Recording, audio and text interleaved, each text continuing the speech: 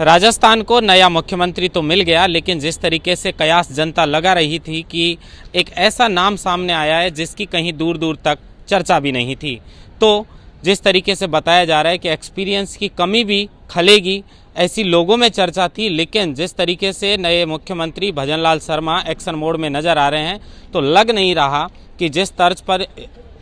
उत्तर प्रदेश में काम हुआ और जिस तर्ज पर अन्य राज्यों के अंदर एक्शन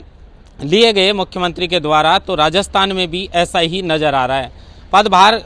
ग्रहण करते ही राजस्थान के नए मुख्यमंत्री भजनलाल शर्मा एक्शन मोड में नज़र आ रहे हैं और प्रशासन को भी कड़ी चेतावनी दी है। भजनलाल शर्मा ने कहा है कि महिला अपराध और भ्रष्टाचार राजस्थान के अंदर किसी भी हालत में बर्दाश्त नहीं किया जाएगा और अगर कोई प्रशासन भी किसी भ्रष्टाचार में अगर लिप्त पाया जाता है तो उस पर भी कड़े कदम उठाए जाएंगे। सोमवार के दिन भजनलाल शर्मा ने उच्च अधिकारियों के साथ बैठक की और इस बैठक में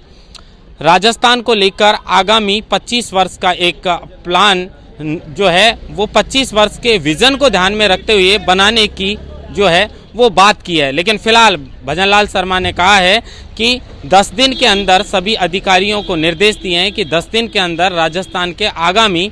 100 दिन के कामकाज को लेकर प्लान तैयार करना होगा और इस प्लान को इस तरीके से तैयार किया जाए कि 25 वर्ष के विजन को भी ध्यान में रखा जाए। लेकिन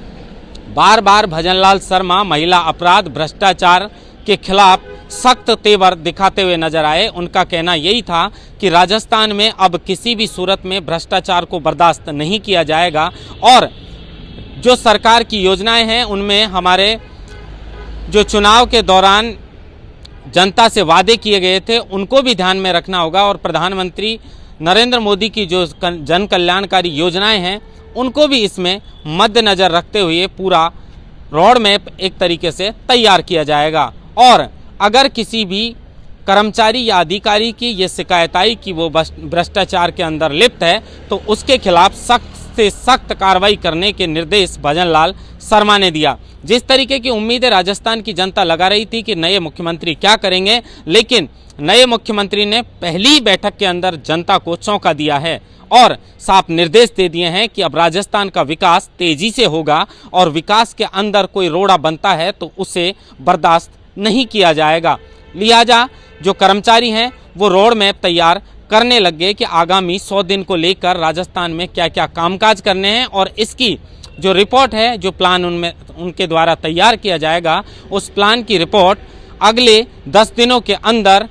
मुख्यमंत्री भजनलाल शर्मा को सौंपनी होगी। शर्मा ने पदभार ग्रहण करते ही जिस तरीके से महिला अपराध हो या भ्रष्टाचार हो या राजस्थान के विकास की बात हो या जो योजनाएं हैं वो धरातल पर बड़ी वजह थी कि राजस्थान में जो भी या कहीं भी जो भी योजनाएं निकलती हैं वो धरातल पर नहीं पहुंच पाती। इसको लेकर भी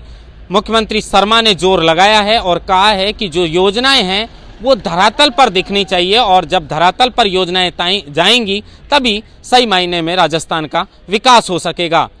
अब इस निर्देश के बाद जो भी राजस्थान के कर्मचारी और अधिकारी हैं वो भी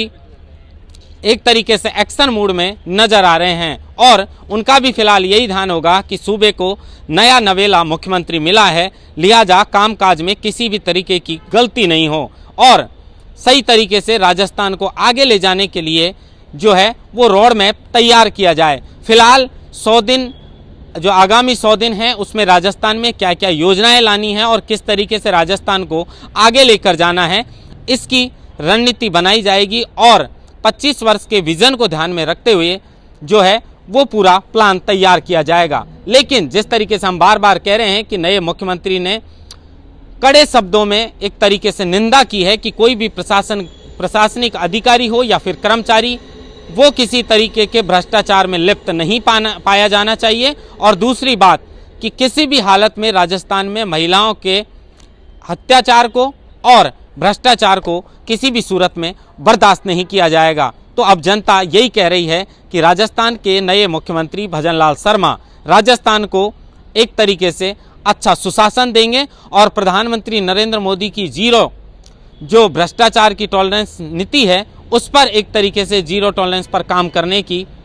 ज़रूरत है और जिस तरीके के तेवर नए मुख्यमंत्री के दिखाई दे रहे हैं, लिहाजा कर्मचारी उन्हीं के निर्देशों पर काम करेंगे और राजस्थान का सही मायने पर विकास होगा। महेंद्र मासरोटा, TV9 जयपुर।